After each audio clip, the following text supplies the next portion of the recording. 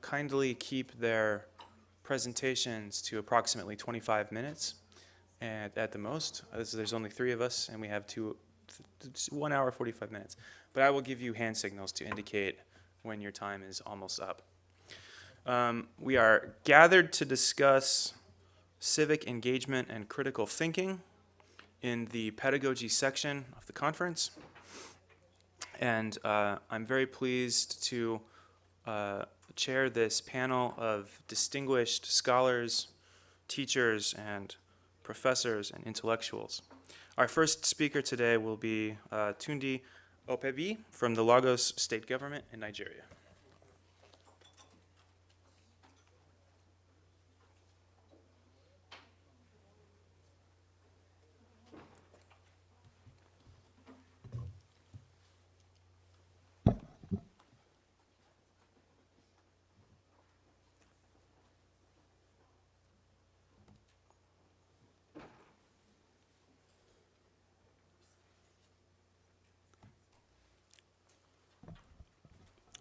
Let me start by, first of all, welcoming you all to this session, and I believe we've been enjoying the program.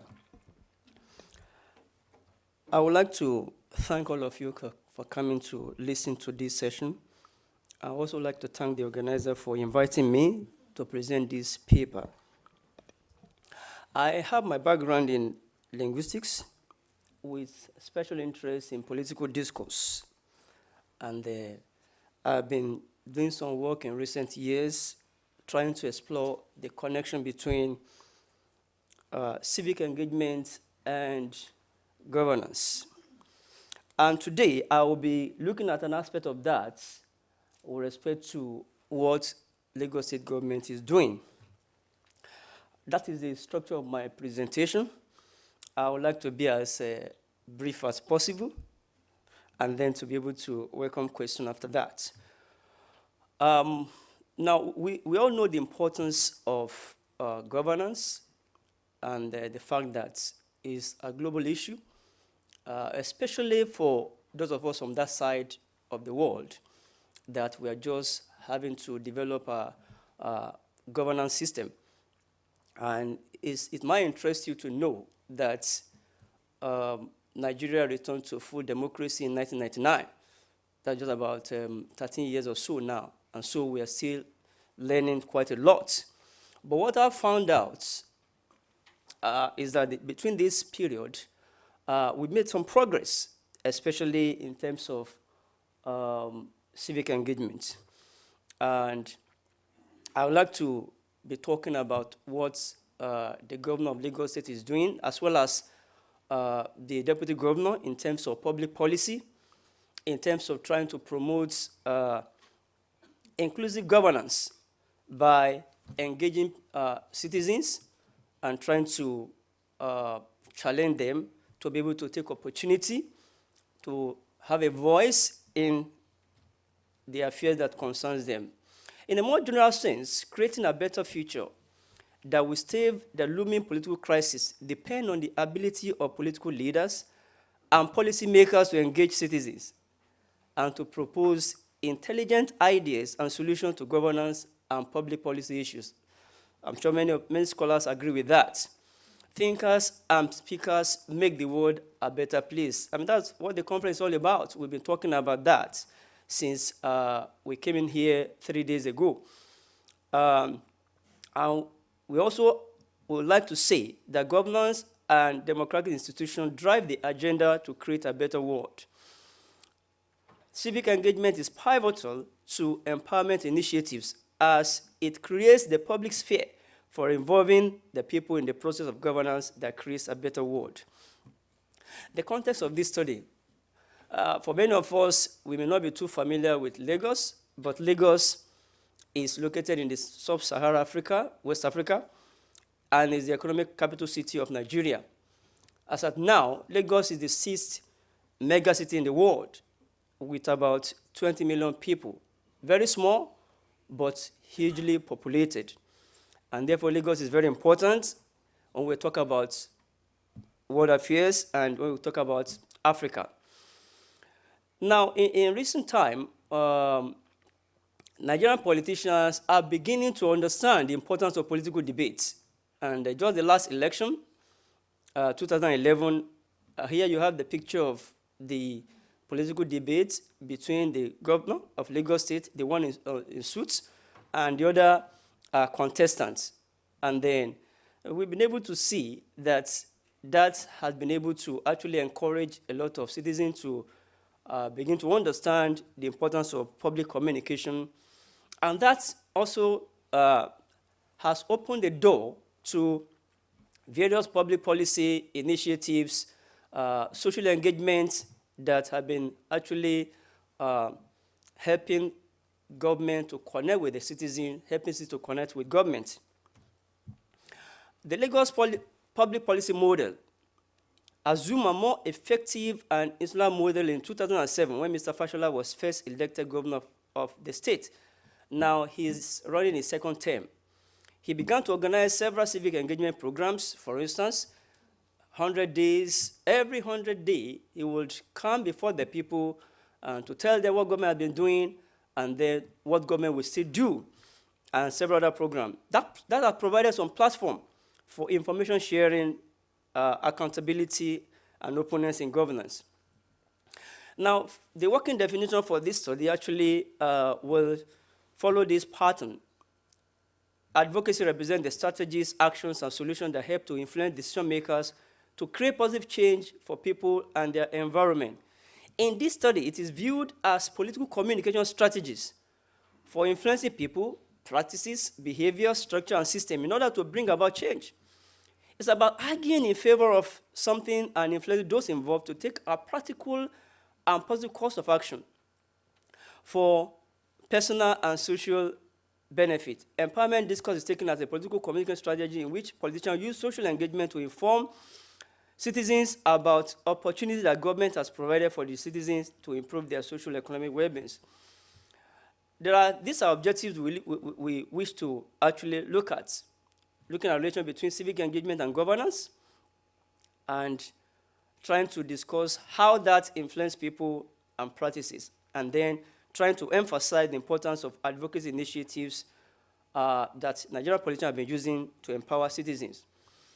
Now here you have an example of a political rally in Nigeria. In fact, this just last election, and here you have the deputy governor, the one that's female there.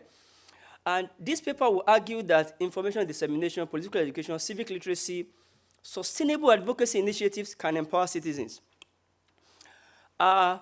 Theoretical framework will rely on insight from systemic functional grammar, for those of us who are in linguistics, and we'll be interested in the transitivity concept. And that's the concept that actually looks at how the verbal elements in statements actually explain what the user is trying to do. Systemic functional theory considers language as a resource that enables language users to accomplish their purposes by expressing meanings in social context.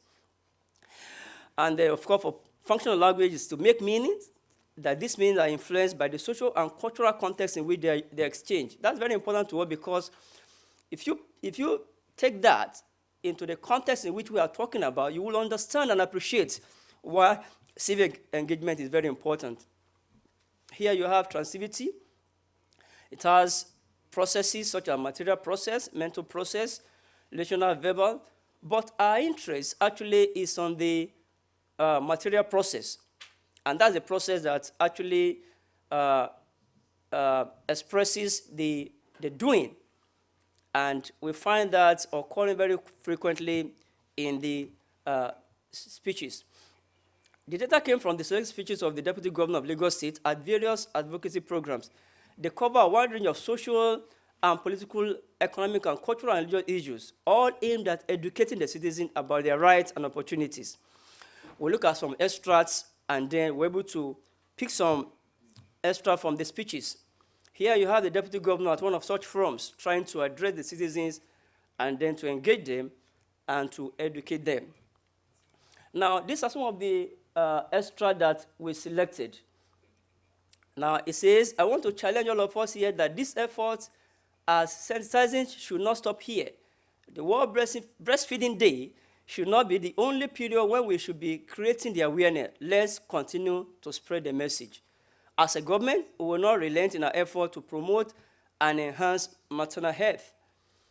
I encourage all of us to remain committed to the projects that will promote the health of our women and all our citizens in general. Health is wealth. I wish to remind us that Lagos State government has been developing and implementing programs targeted at empowering our youth and other citizens with vocational skills. Now, here we have example of some vocational centers established by Lagos State government to empower the people. But you find out that not many people are actually informed. And so, this politician needed to actually talk to the people about the available opportunities for them to be able to access that provision, that facility. Apart from training these people, we also equip them with basic facilities they need to begin their own businesses. We even encourage them by providing soft loans for takeoff or business development through our microfinance institution. In fact, our Ministry of Women Affairs and Poverty Alleviation, since its establishment, has been working hard to implement policies and execute projects geared towards economic empowerment, employment generation, reduction of domestic violence, encouraging girls' child education, fighting against child labor, and promoting child rights, among other initiatives. Information is key. Information is power. We all know that. And therefore, the citizen must be informed and educated on what government is doing and what they stand to benefit by harnessing those opportunities. Then, this is my last extract. I want to believe that this year conference will open up a very new chapter in the fascinating and engaging story of women's quest for social justice, respect for their rights, and protection against all forms of abuse, domestic violence, as well as equity and fairness. This, we hope, will empower women to face the challenges of the 21st century. These are important issues that the citizens, especially women, would like to actually be informed about, and then so that they can also understand and appreciate what government is doing. Now, what are our findings? Relying on insight from the analytical framework, this study infers that empowerment discourse relies on effective language choices by public officials to achieve the purpose of creating awareness, sharing information, and encouraging citizens to explore opportunities for self-improvement and enhance socio-economic status. The extras also show that the interaction between the political office holders and the citizens can enhance empowerment strategies. We see these politicians challenge the people to take actions based on information they now have. The study observed that the overwhelming deployment of the material process, let's remember that the material process encodes the verbal element of doing. And we have some of the examples: want to challenge, will not relent, encourage, to remain committed, has been working, has been developing and implementing, encourage them by providing, will empower.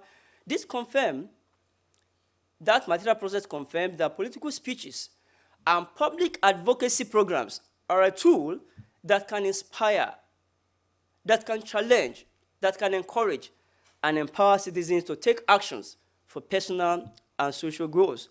We see a pattern where verbs in the material process category occur very frequently. You have example of the analysis. Now, for those in linguistics, you will appreciate this. You have the material, you have actor, material process, adjunct, material process goal, adjunct, material process goal. Now, what I want you to look at is the fact that in just one single statement, perhaps you have about 3 instances of the use of material process.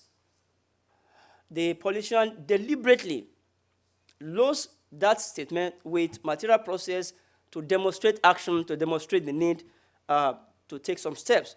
The same thing with the second table there. The study observed that the preponderance of the material process in the political speeches should be seen as a deliberate rhetorical strategy to persuade the citizens to believe in, to accept, and support government policy aimed at empowering them. Now, the point politicians need to emphasize is the fact that over the years, there have been a disconnect between the leaders and the citizens. And therefore, Nigerian politicians now need to actually gradually draw the people in for them to be able to believe in their sincerity to deliver services. Now, what are the features of the empowerment discourse that this study has been able to propose? Now, number one, the speaker must identify the peculiar problem to be addressed. Number two, challenge the status quo. Number three, share information that can change the status quo or solve the problem. That's number three. Number four, deploy strategies and communicate appropriate messages that will market the public policy. Number five, state the role of government or stakeholders. Number six, inspire the listener to believe in the policy or to believe in the message.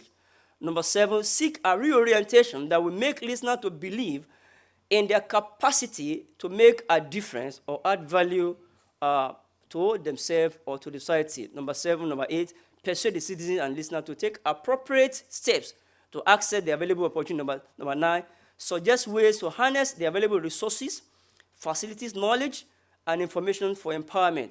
Number 10, to boost their confidence in the solution with a promise on the speaker's role in becoming part of the solution. They must be told that they are part of the solution. Government cannot do everything alone, and therefore the people themselves must be told that they need to get involved, and that's what this politician has been doing. Encourage them to spread the news and become advocates of empowerment programs. Highlight the implication of neglect or missed opportunities. Concluding remarks. Yep, thank you.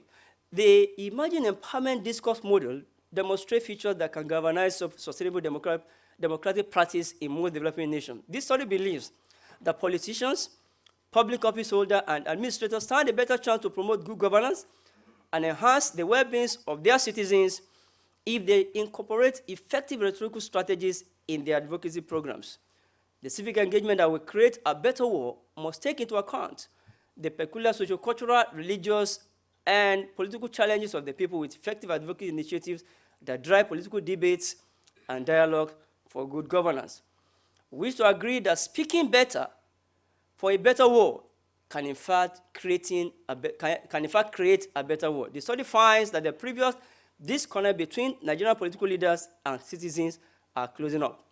Governance has become more open, more transparent, and leaders become more accountable, responsible, and responsive to the needs of the citizen. Ultimately, the citizens now believe that they have a voice in matters that will empower them.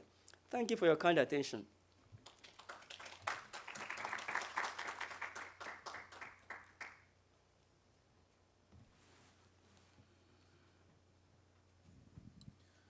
Thank you very much. We have a few minutes for questions from the audience. Any questions? Okay, don't be offended by this question. I got from that speaking well on the part of Nigerian politicians would have this effect of making the people believe that the policies of the government are directed toward their empowerment, right? So it may have that effect. Whether that be a good thing depends, I guess, on whether those policies really are directed toward their empowerment. So if I were to believe that speaking well and, like you said, thinking and speaking can, actually have an effect in improving things, I would need to know more than that that it's effective in getting people to believe what the politicians tell them. Does it go beyond that at all? Yeah, if I got your question very right, now, number one, you must understand that information is power. If you have information, you'll be able to take action on things that will benefit you. Now, you understand, as I said earlier on, that Nigerian democracy is still very young, still growing, and therefore, you imagine a set of people that have been under military rule for a very long time. If you know what military rule is all about, you don't have a voice. You don't have a voice. And therefore, you now find politicians coming in trying to, first of all, address that, trying to bring people out of their apathy, if you say so, ignorance, if you want to say that, and they're trying to let them know that now you elected us to be here, we are here because of you. And therefore, these are things we are doing that will benefit you. Of course, speaking is not what can actually translate into action. I mean, you know that there are other issues that people will need to see evidence of action in terms of infrastructural development, in terms of improvement in education benefit, and so on. And so I agree with you, not only speaking that will solve the problem or empower the people, but it's important. It's the first step that they need to take in order to let them know that, yeah, you have these opportunities, make use of these opportunities. Hope I thank you very much. Yes, another question Are there other questions? or comments, observation? I have Please a- I feel have- free. I want to learn. I have a question for you. Please, good. I was wondering about the empowerment public advocacy model in terms of media. Okay. Is this mostly face-to-face communication? How is this message mediated To the people. Yes. Thank you very much. Yeah, apart from the public gathering and forums, of course, I mean, we also use the media. For instance, we have in every ministry, in every department, there is a media unit that also communicate this message. Apart from just having it at the public gathering, you also have it through the electronic media and through the other sources. In fact, in recent time, we're also moving towards the new media technology, trying to use Facebook and Twitter to engage the people. Thank you.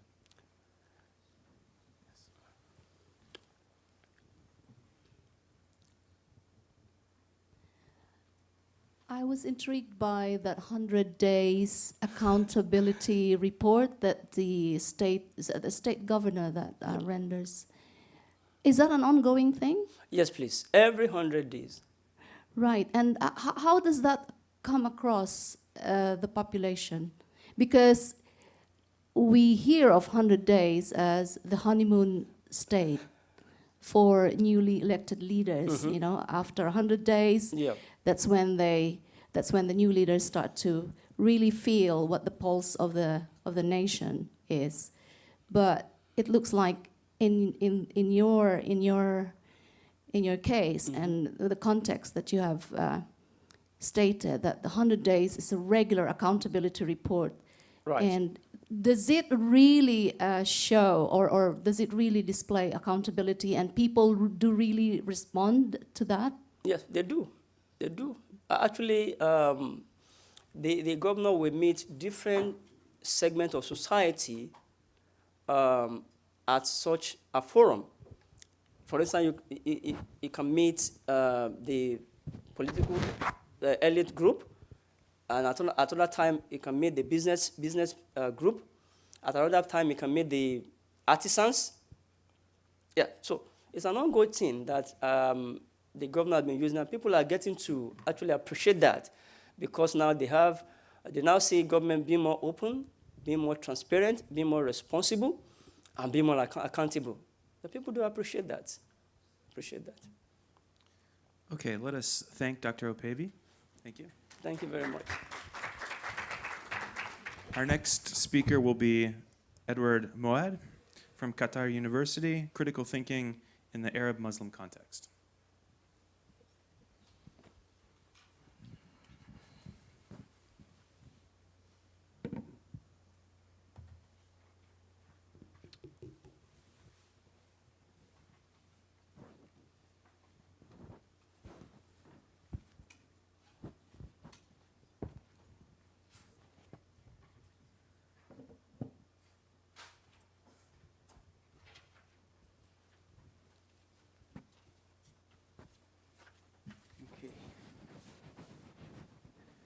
Hello. Thank you for coming to my presentation. And let me apologize beforehand because I'm a horrible speaker. You see, I forgot to bring my little scribbled notes here. So I have some ideas and I'll see if I can effectively communicate them. This means I have to turn on the slideshow. Right. Here. Okay. And you see that I'm as skilled at making PowerPoint slides as I am at speaking. Right? It's very elaborate, right? Okay, so let me just give you the background. I teach at Qatar University. I teach the philosophy course. I've been here 5 years. When I came here, I was assigned to teach a critical thinking course, which I wasn't very excited about teaching at first because I was more interested in teaching, an introduction to philosophy course, or something like that. But after I started teaching it, I began to be much more interested in this because I realized that it's a very important area and a very important course to have at Qatar University. And this is because of my experience in teaching it with the students here. And I think that it has much more wide applicability. I mean, the skills learned in critical thinking are basically universal.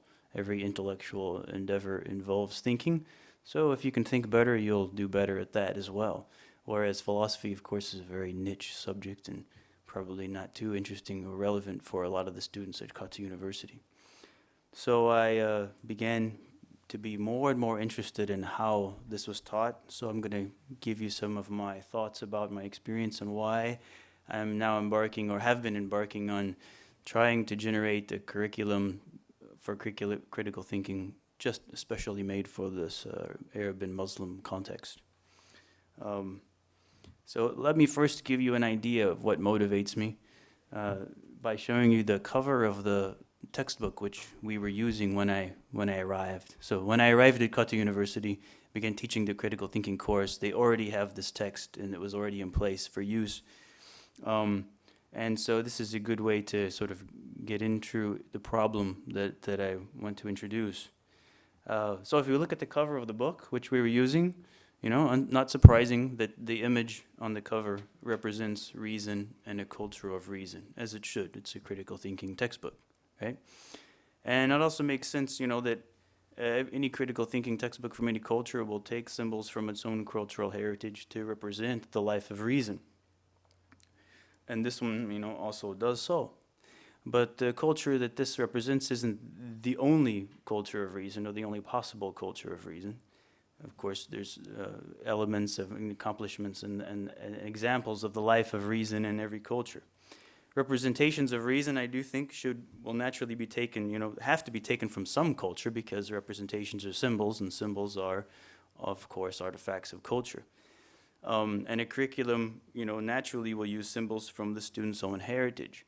Now, the problem I had with using, here is, at least this is just the beginning, actually, it's that here we have the representation that Western culture equals the life of reason, yeah?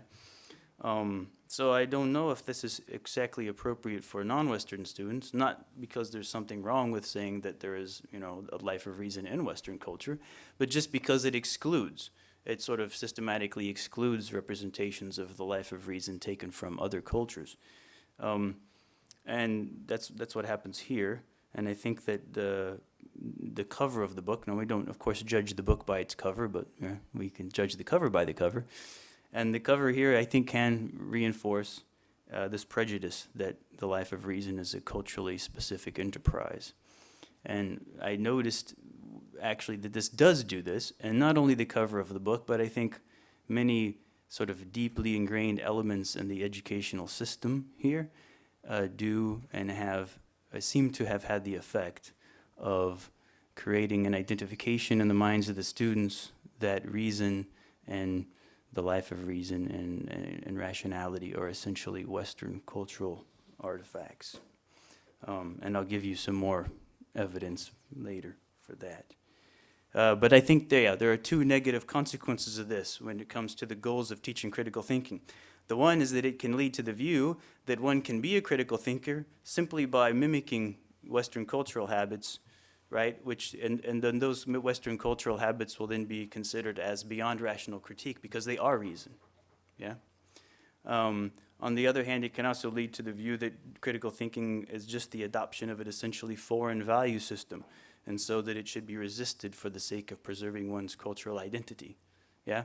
And I did get students like that. So basically, I had students in the class from the very beginning who divided between two groups. One who sort of suspected me of being an agent of cultural colonialism, and by trying to sort of, indoctrinate them with a different value system under the guise of critical thinking.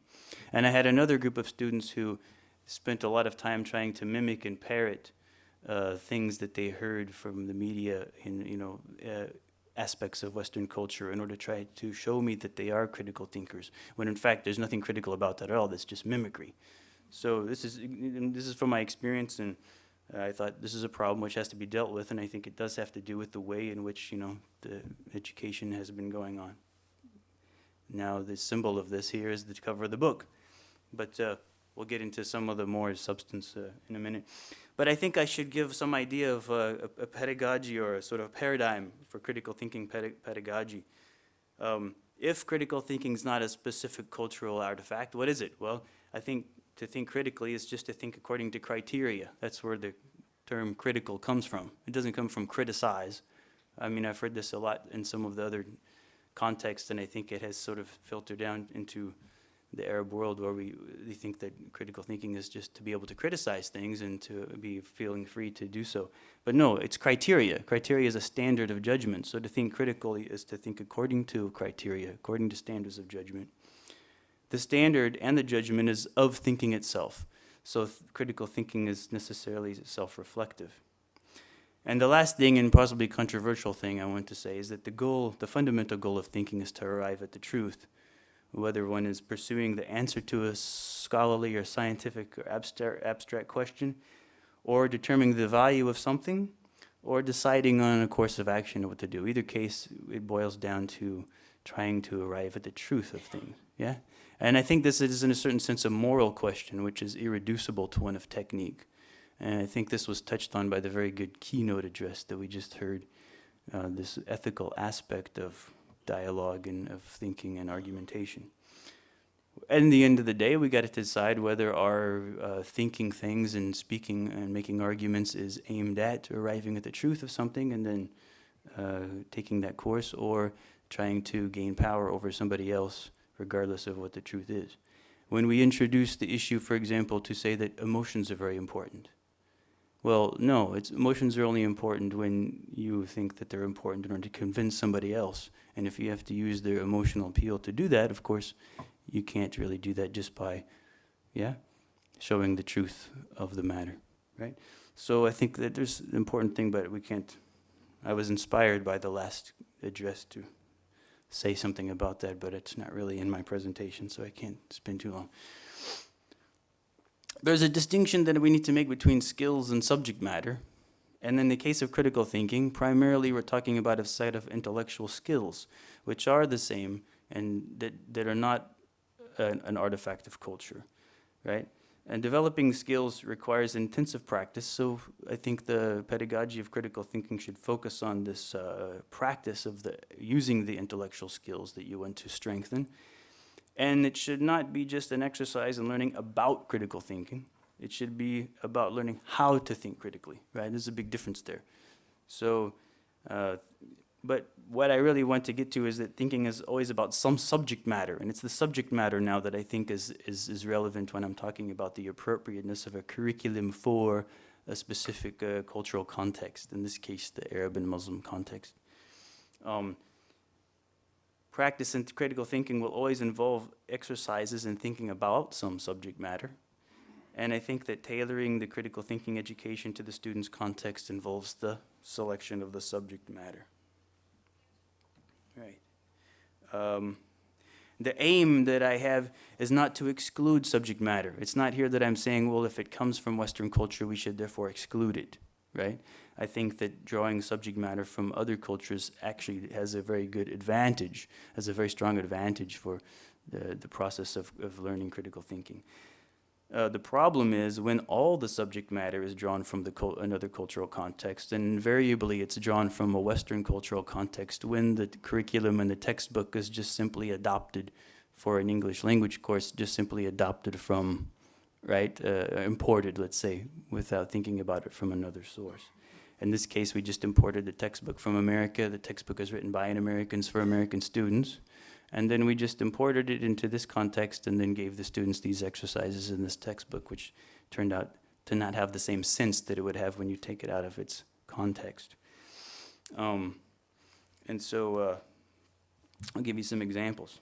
Here's an example of a passage which you might find in the textbook that's in question, where the students would have to analyze the passage, identify the premises and the conclusion, and then formalize the argument, right? Basically identifying the logical structure. So we have the Republicans believe that making the rich richer will result in prosperity trickling down to the poor, but the opposite has happened. The poor have only gotten poorer as wealth has increased for the wealthy. The trickle-down theory, therefore, has not worked. Now, ideally, when the student finishes, and develops his intellectual skills and analysis, they should be able to identify the evidence from the claim, or distinguish the evidence from the claim, even without knowing who the Republicans are, what the trickle-down theory is, or so forth. But the students here don't know what trickle-down theory is, and they don't know who Republicans are, and they don't care. So it's sort of an obstacle in this case. When they're looking at it, they're asking, well, teacher, what is trickle-down theory, right? If you don't know what trickle-down theory is, it'll be much less likely that you'll be able to see the logical link in the statements and then identify which one is the conclusion here. There's one about affirmative action programs. These are just examples. What's an affirmative action program? Anybody knows? Okay, in America, affirmative action means something. And if they have something called affirmative action in another country, it can mean something totally different. Here we have the idea of affirmative action means, affirmative is something good. Action is something you do. What am I supposed to do with that? I have to be in the American context and familiar with this social debate over the specific, social program in order to understand why, for example, minorities would resent the implication that they can only succeed when given preferential treatment and so forth. And so this is another sort of, here we have black family income is only 55% of white family income, and so on. And again, the students are supposed to analyze it for its logical structure. But we ask, where are the statistics taken from? Well, of course, they're taken from the United States, but it doesn't specify this because you don't have to if you're actually just reading it to American students, but when you just take it out from its context, it doesn't have the same sense. The meaning of minority can differ from one place to another. And so basically, the problem here is that if you have these context-dependent elements of the material and then you take them out of their context, they lose their sense, right? Giving the passage the sense that it requires in order to think critically on it requires that the student assume the American context when they read about it. So if I give my students, basically persistently give them subject matter, which in order to think critically on it, they have to assume that they're Americans in America thinking about American things, it seems to me that I am actually then just drilling into them the idea that thinking critically is to be thinking about American things like Americans do in America. And that's not the kind of critical thinking they need, right? I mean, the Arab world doesn't need the youth to be able to give their opinion on the social policy issues in America. They need the Arab youth to give their, critical opinion and think carefully on issues that are relevant to them here, right? I mean, let me give you the most striking example, the one that is sort of paradigmatic here. There was some Qatar University students that got involved with Qatar debate, and then they started a debate team, a debate club, which lasted a little bit, but then fizzled out because there was disagreement among the founding members of the club. But they had a practice debate at one time, and I watched it. I was the advisor for this club, one of the advisors, and the proposition was about gun control, right? So I thought, interesting. I wonder what these students, some from Qatar, some from East Africa, some from, Egypt, some from other places in the Middle East and South Asia, I wonder what they have to say about gun control. What is the issue of gun control in their societies, and what are the dynamics of this? But this is not what they debated. They talked about statistics of crime in American cities, right? They talked about the Second Amendment. They talked about the NRA. They talked about the assassinations of Lincoln and Kennedy. This was the evidence, and this is the references that they made. And I asked myself, do they know what is the Second Amendment, or did they know this before they went on to this debate?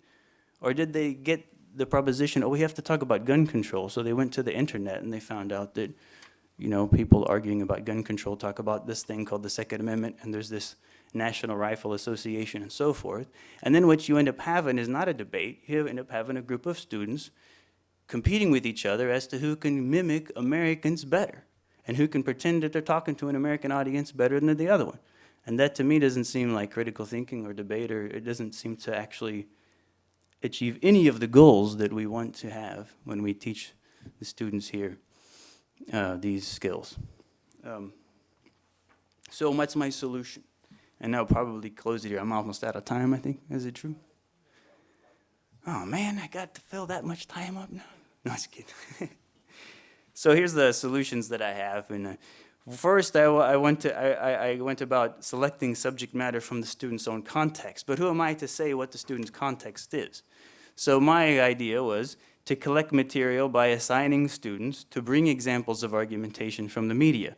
Of course, you know, part of the skill is they have to be able to identify an argument when they see it. So I tell them, okay, you go to the media and bring me examples of arguments.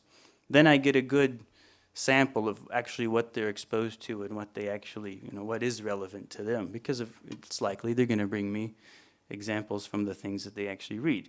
And that's how it was actually. So I got what I expected. There was articles from the local newspapers. For example, there was an article from a local newspaper where a female writer and a male writer debated each other over the issue of women working in Qatar and whether the increased amount of women's employment in Qatar was good for society or bad for society. Right? Okay, so here's a issue, right, which Qataris actually are relevant to the Qataris, and it's them talking, right? It's not some CNN journalist talking about what Qataris ought to think or whatever, yeah? And there was many other things, some from the Western media, some from their own.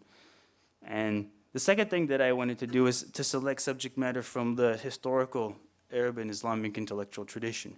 Because one of the common things you will, of course, find in critical thinking textbooks is that it will draw back from the intellectual tradition of the culture. So for good reason, right, we'll have in our critical thinking textbooks a lot of references to arguments by Aristotle or, you know, ancient Greek and Roman philosophers. And there's nothing wrong with that. So why shouldn't we have also mixed in with there, in this context, others, right? I took some from Ibn Sina. This is really good, actually, for anybody to use in any context. Ibn Sina wrote a textbook on logic, and the first paragraph of the textbook is a description of what logic is, which actually also serves as an example of what logic is at the same time. So I use this passage to ask the students to analyze it by breaking it down and distinguishing and identifying the premises and the conclusion, and then using the technique of diagramming arguments that we teach in the class on this passage. It's from, you know, Ishrat wal Tanbihat. One passage from Al-Juwayni's Kitab al-Irshad is very nice. He gives a definition of knowledge, and then he critiques a number of other definitions of knowledge, and it just so happens that each of the other definitions of knowledge that he critiques, which were being broadcast in his milieu, turn out to be an example of one of the 5 main definition mistakes which we find in the textbook that I was using.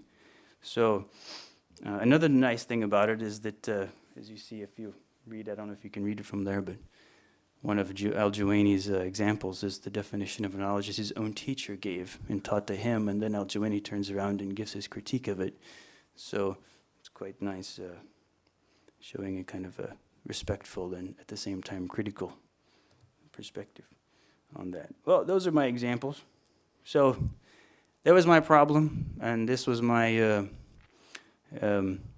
case to be made that there is a problem, and here was my proposed solution, right?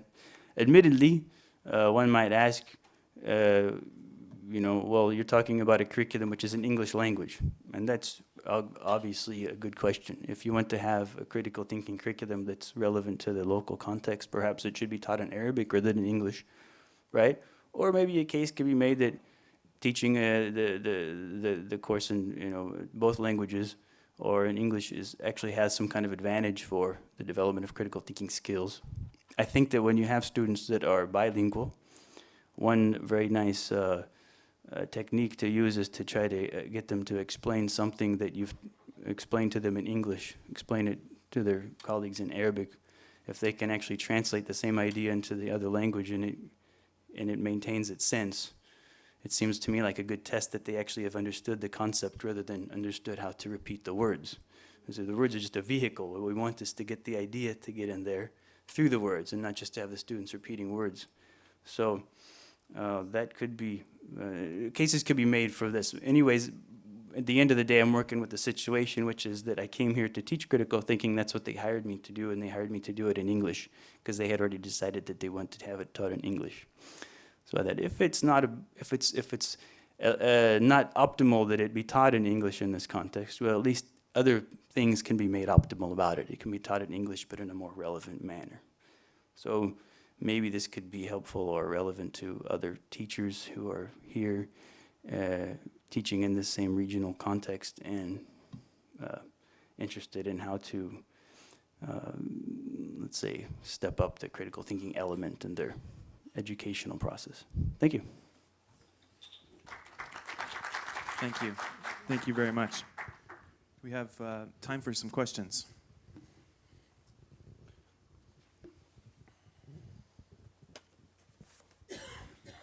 My question in Arabic. I'll get the thing. Okay.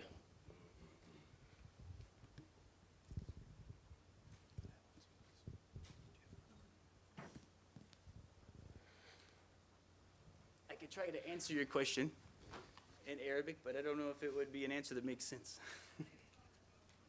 Go ahead.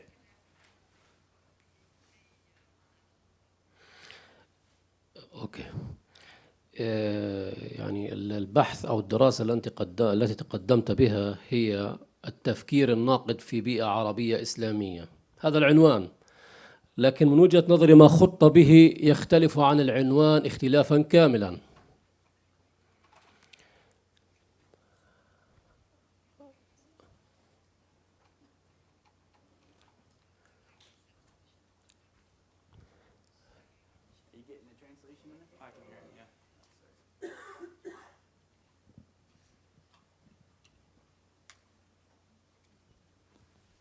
Can you?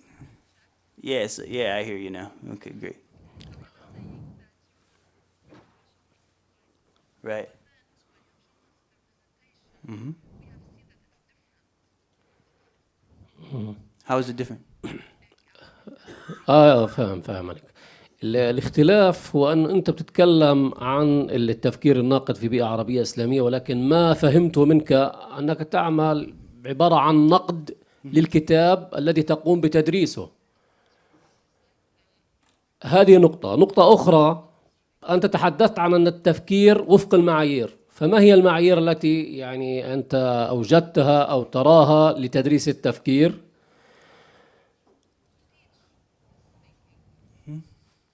ويعني لم أفهم منك هل وجدت هناك تفكيرا ناقد في هذه البيئة العربية أم لم تجد؟ وهل بإمكانك أن تعطيني مثالا أو على أحد التمارين التي يعني تحفز أو تساعد على التفكير الناقد؟ ونقطة أخيرة، يعني أنت تتكلم وتدرس التفكير وفي نفس الوقت أرى أنك ممتعض من تدريس التفكير بالطريقة الأجنبية أو الأمريكية، وبالتالي أنت تحصر تفكير الطلاب في جانب واحد. من الجميل أن نعلمهم التفكير سواء في الجانب العربي أو الأجنبي، لأن التفكير مفتوح وليس له حدود. شكرا. Okay. Okay, so first let's clear, yeah, okay. First let's make certain things clear. As far as the criteria, what are the criteria of thinking? That's a big topic which I wouldn't have time to talk about in this presentation.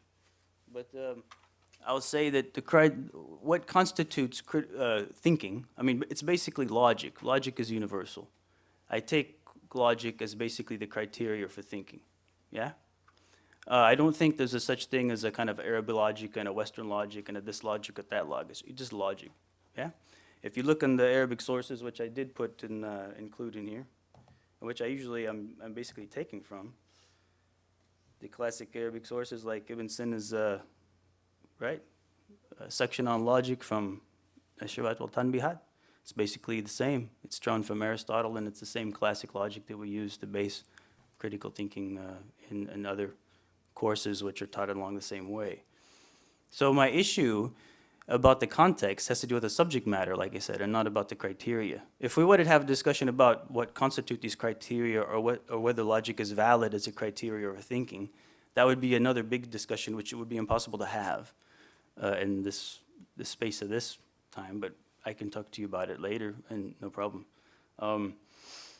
But as far as what that has to do with the Arab and Muslim context, what I tried to show here is some examples. I couldn't, again, I'm limited on time to show you a lot more.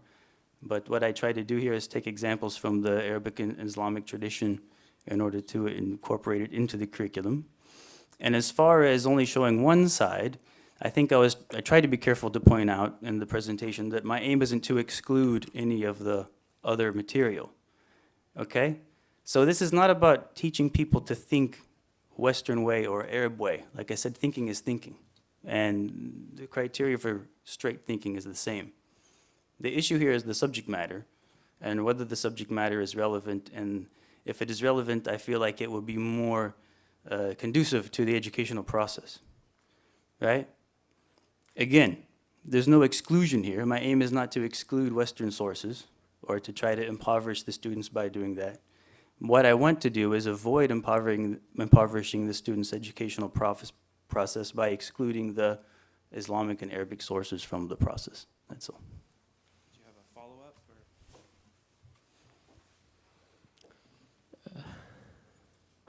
If he does, did you take my thing?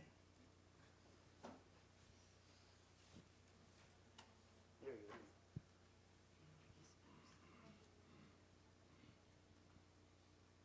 And ma'am, you'll be next.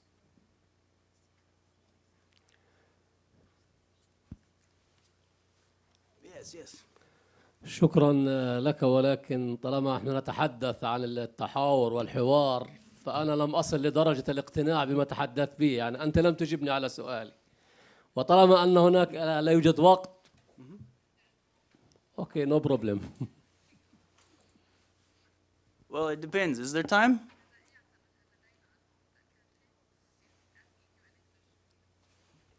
Is Andrew Jared Critchfield here? Okay, we're missing a panelist, so we can allocate an extra 5 minutes for the discussion. Yeah, so Okay. if you specify for me what I might say to answer your question better, then I'll try to help.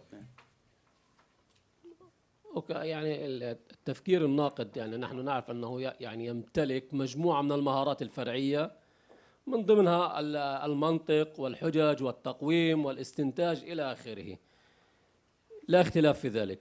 ولكن انا ما زلت يعني غير واعيا لما تتحدث عنه. انت تتحدث عن التفكير الناقد في بيئه عربيه واسلاميه.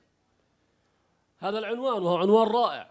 كنت اتوقع يعني ان تخبرنا مدى وجود التفكير الناقد في هذه البيئة اللي أنت اخترتها، وهي جامعة قطر على ما أعتقد. ولكن أنت لا تتحدث عنه، عبارة عن أمثلة عن التفكير الناقد لكتاب أجنبي تقوم بتدريسه. إذن هناك اختلاف. Okay. أرجو أن تكون قد فهمت. Okay, if you want, then I would say, you want me to criticize the university that I'm working for. And I'll be glad to do that, because actually this is what's happened. The book that I'm criticizing is not the book that I'm using. It's the book that the university was using when I got there. See? So yes, my criticism of the use of that book is as a criticism of the style of critical thinking education in the university when I arrived. Yeah? If you want me to, I will say some other things, but you have to promise not to be offended, right? First of all, you have to understand that myself, I'm a Muslim. I've been since 1997, right? That doesn't make me, it may make me a stranger in some ways, and still, because I'm not an Arab. And so that does make me, requires me a certain etiquette in this case. But I don't think that many Arabs would disagree with me. if I were to say that, yes, the state of education in the Arab world today is very impoverished when it comes to thinking skills, when it comes to critical thinking and the use of reason, okay? This has nothing to do with Islam and the Islamic tradition, and that's why, of course, I'm very inspired by drawing from the classical Islamic tradition, the writers that actually were, at that time, capable of the level of discussion which the Muslim world, we don't really seem to have now. I went to many talks just now about dialogue in the Quran and argumentation in the Quran, right? And what really they seemed to me to be were to be long lists of instances in which dialogue happened in the Quran, and the whole idea here, the whole conclusion was just that, yes, there's dialogue in the Quran, and Islam makes dialogue halal for people. But that's not very impressive, you know? And as a matter of fact, it seems like the aim of such a dialogue about dialogue in the Quran is in fact to shut down dialogue. It's to give a long list and then to say, shut up. It doesn't really do much. And you've heard it many times before, or haven't you heard it many times before? I've heard a lot. So I don't know that it really helps to raise the level of discussion, you know? If you wanted that from me, which I was out of, you know, I didn't want to go that far, I think. But now you're satisfied, maybe. One last follow-up, very small, and then it's her turn. Short, please. Last point. Yes. Oh, yeah, I'm ready. فقط للتوضيح، يعني أنا لم أدعوك لإهانة الجامعة، ربما أنت قد أسأت فهمي، هذه نقطة. النقطة الثانية، نحن يعني نعلم بأن العالم العربي يعني الوضع التعليم فيه فقير، وأن استمعت في اليوم الأول لقد وجهت دعوة لسمو الشيخ موزة، وقلت أننا بحاجة إلى ربيع عربي في المناهج والجامعات وإعداد المعلمين. شكرا.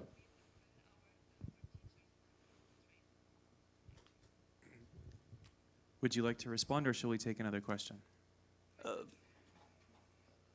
I think that the fact that this is happening here, of course, is a sign that there's a strong movement to rectify the problem. Yeah?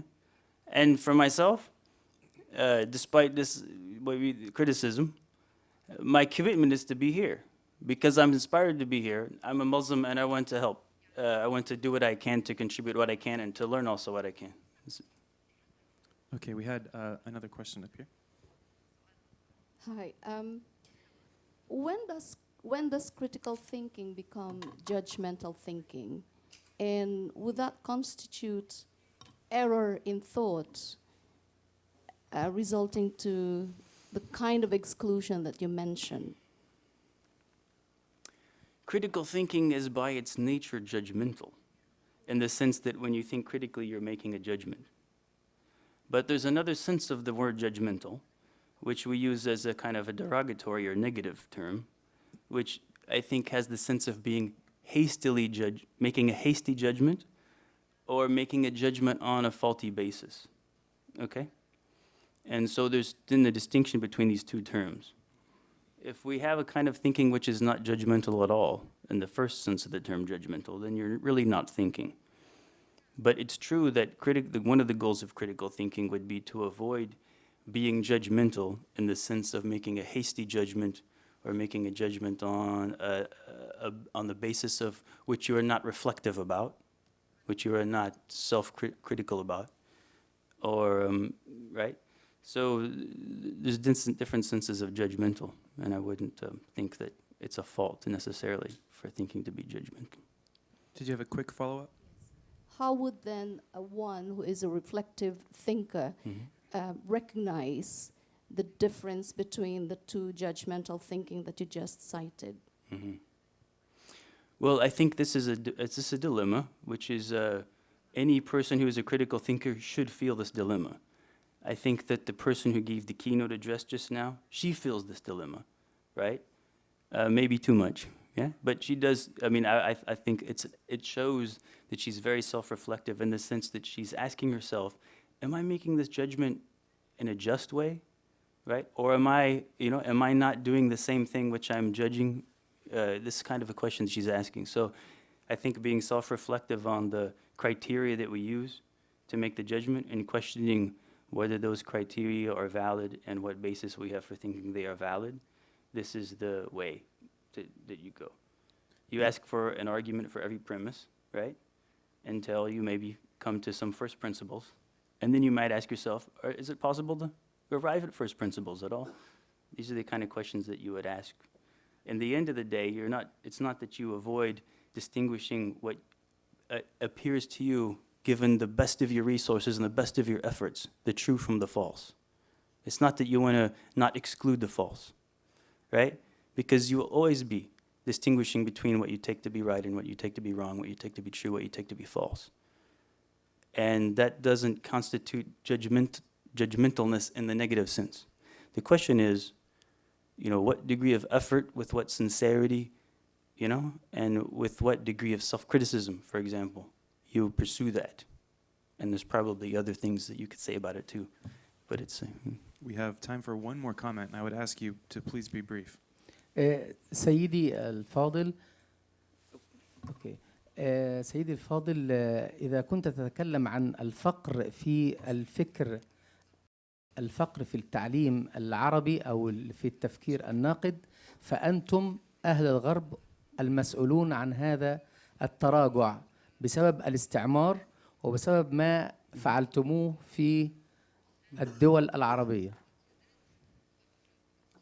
For sure. No, you're exactly right. لا Exactly right. أختلف معك. Certainly. And not only that, I would say the criticism, the impoverishment is not just limited. I find that my society in America is also very impoverished when it comes to debate and dialogue and critical thinking, perhaps in a different way and for different reasons. But yes, I think that it's in history, when a people have been colonized, when they've had their traditional educational systems destroyed, when their backs are against the wall just to preserve their own identity, it's difficult to maintain higher levels of dialogue and critical thinking, simply because the temptation to fall back into prejudice, to fall back into conservatism, to maintain our identities is too great. Yeah? I think that the ideal thing is to have an open mind, have bright mind, to be critical,